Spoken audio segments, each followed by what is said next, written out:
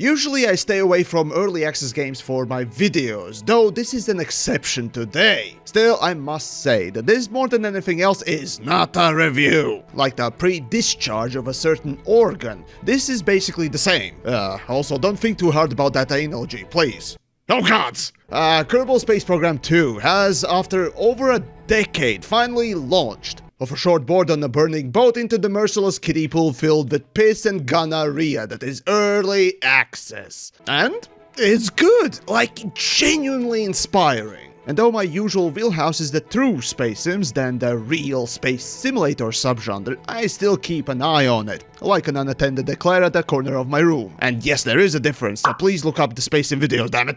Now, for the uninitiated, what are Kerbals? Well, think of them as less annoying, less toxic, less exploitative, and less bastardized version of minions. I mean, the fact that the game is not made by Universal or Illumination alone says that you won't be lobotomized upon touching it. We're here for the science! Basically, Kerbal 2 is the sequel of the highly regarded Kerbal 1, a true-to-life nuts and bolts space simulator where you build a realistic spacecraft of today's world.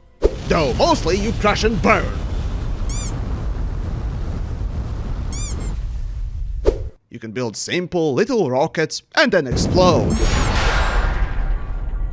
Or you can build space shuttle with a mission and then crash and burn.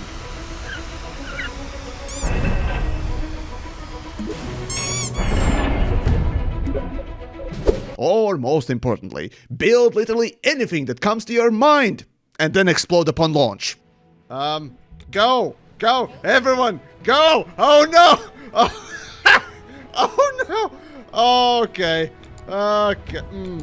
But that's not the only things you can do in Kerbal. If you actually put your mind to it, take it seriously and try to reach out there, you can crash and burn there too.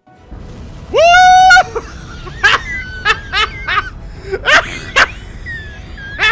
Oh no!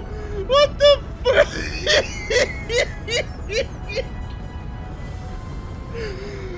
Oh, this is phenomenal!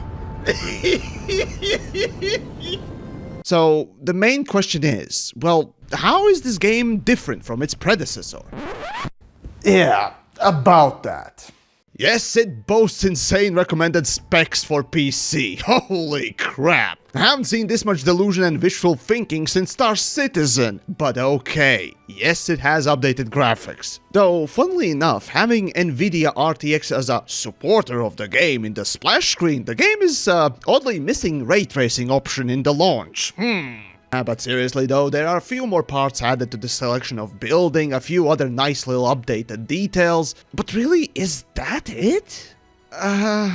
Yes and no. Yes, it's literally the same game on an updated engine, which is a good thing, I guess. But no, it's not that different from already finished game from about a decade ago. So, if they're both priced about similarly, why should you bother with a new one? But hold on, there are missing features too?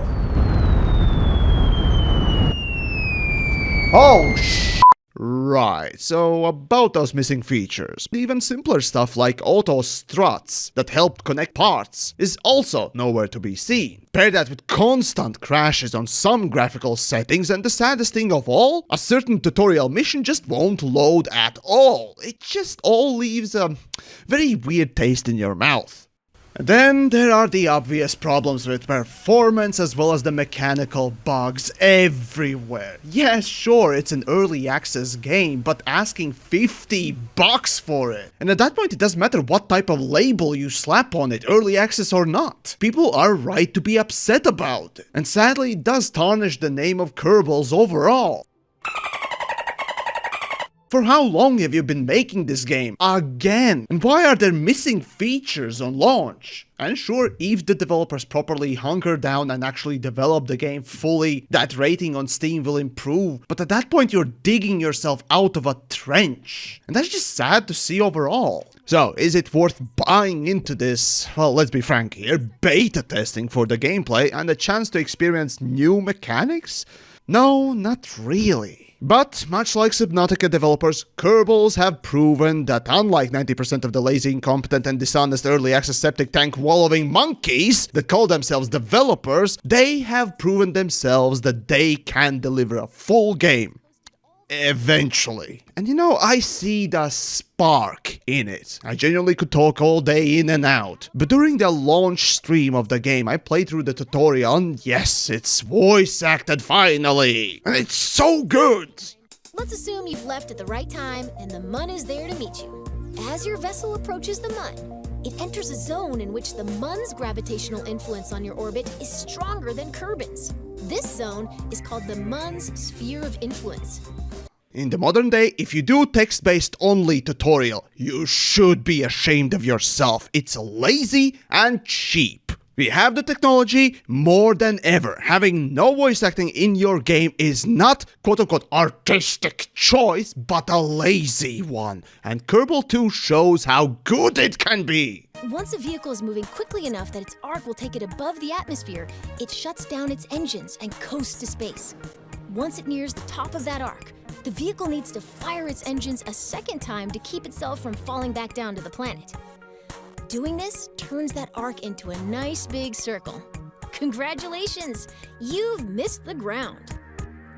I must genuinely applaud both the Kerbals and the voice actors for choosing to make possibly the most kindest tutorial I've ever seen. The calming yet joyful voice simply explaining the basics of literal rocket science becomes inspiring. I genuinely got grabbed by my childhood wonder and passion for science that these simple voice tutorials provided. It doesn't matter if you're a space dad in your 70s or one of those Gen Alphas. This game, with this simple yet incredibly inviting tutorial, is open to everyone. And unlike the style that I've chosen for Kerbals, it doesn't pander to you. Kerbal 1 already was genuinely amazing for bridging the gap of hard rocket science and space simulator genre with approachable and simple to grasp game mechanics. Today though, they go a bit further and I only can applaud the effort. And though at this point you're kinda better off with the old game, I have full trust that Kerbal 2 will deliver despite their publisher nasty shenanigans that delayed the game's development in the past and other things, but it's missing some basic features that the old game had. And for the same price, really the graphics are that important? I don't think so, not yet.